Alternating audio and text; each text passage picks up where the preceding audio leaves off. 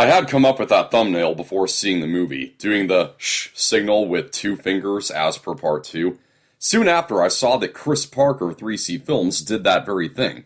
But since I thought of it before seeing his video, doing it myself doesn't count as plagiarism. That is how it works, right? A Quiet Place Part 2 is once again written and directed by John Krasinski, starring his wife Emily Blunt and featuring himself in a flashback role. After discovering the weakness of the blind armored monsters that have invaded and taken over the planet, the Abbott family venture out into the unknown to alert the remainder of humanity. They soon run into a friend of the family's from before the invasion, played by Cillian Murphy, but he warns them that the people who are left are not worth saving. I loved the first Quiet Place. It was my favorite movie of 2018 and one of the most innovative films of the decade, so I've been hyped for Part 2 ever since the trailer dropped at the beginning of 2020. In March of that year, I had pre-bought tickets for a double feature on opening night, and then, just mere days away, the 2020 in A Quiet Place more or less comes true. But after a full year taken out of my life, I finally got to see it in theaters with my family. It was their first time at the movies since lockdown. And if this will mark your return to the theater, which it looks like it is for a lot of people, more miss Godzilla vs. Kong than I thought, this is a great film to welcome you back. It thrilled me much in the same way that the first movie did. It has that same constant sense of dread, and it's even more unrelenting here than before.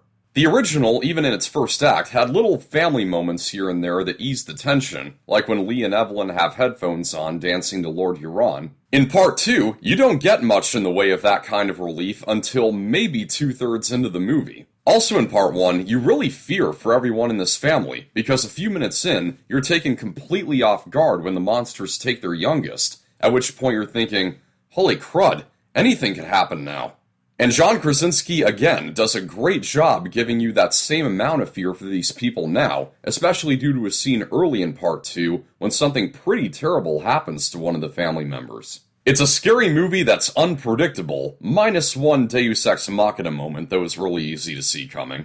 With triple the budget of the first movie, Part 2 moves on to a bigger scale that involves more special effects and more dangerous stunts, all of which are pulled off spectacularly well. The movie opens with a frightening sequence showing us day 1 of the invasion, which at one point includes a practical stunt with Emily Blunt driving backwards away from a bus coming at her at 40 miles an hour, in a single shot filmed entirely from inside the car, a la Children of Men. The monsters, again, are photorealistic, and the whole film looks excellent. Although there was one solitary shot of Cillian Murphy that for some reason appeared very grainy, as if it was out of focus. I don't know what that was about. Now, because this movie is more about a relentlessly ominous journey than day-to-day living with these monsters, it's not quite as emotionally driven as the first part.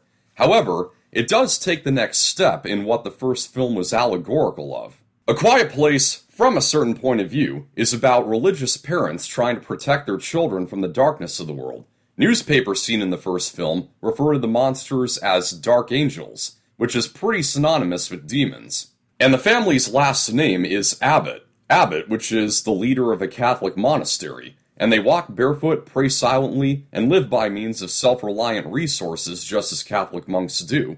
These are things that John Krasinski would know about, as he is a Roman Catholic. But even without the religious aspect, A Quiet Place is still obviously allegorical of parents defending their children from the world. While the first film was primarily about the husband and wife, Part 2 ultimately centers around the son and daughter, especially the daughter, who's played by the remarkable deaf actress Millicent Simmons. Even though the mother is more or less with them on this journey, it becomes clear by the third act that this is the kids' story, about them reaching the day when they have to be adults and face the world themselves. When the family begin their journey into the outside world, they have to step off the sand path that the father laid out for them to muffle their footsteps, and they're now forced to walk carefully on the crunchy leaves and whatnot. It's this moment that dramatizes the transition they're making, the point in one's life when they leave behind the comfort of their parents' shelter to face the world head on.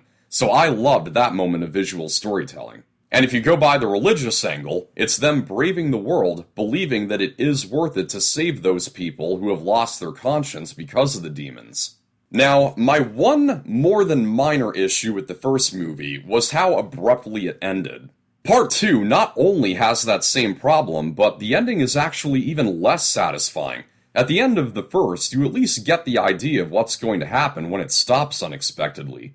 At the end of this one, you're left thinking, but wait, there's still a little more that should be done with the characters, right? And even if it had gone on another moment to do so, there is still material left for a part 3, which we don't know if there will be one yet, though there is a spin-off directed by Jeff Nichols in the works. But up until the movie's sudden halt, I had a really good time watching it. While it may not be as fantastic or fresh as the first, it matches it in drama, suspense, and subtext, making it a chilling sequel well worth the name of its predecessor. And for the love of Petrie, go see it in theaters. Don't wait to see it any inferior way. Scoring on the Factor Facts, A Quiet Place Part 2 gets a 78%. That's a wrap. Thank you for watching. I hope you found this review helpful. Like and share, subscribe for more. This is Pop Culture. I'm Alex Pop.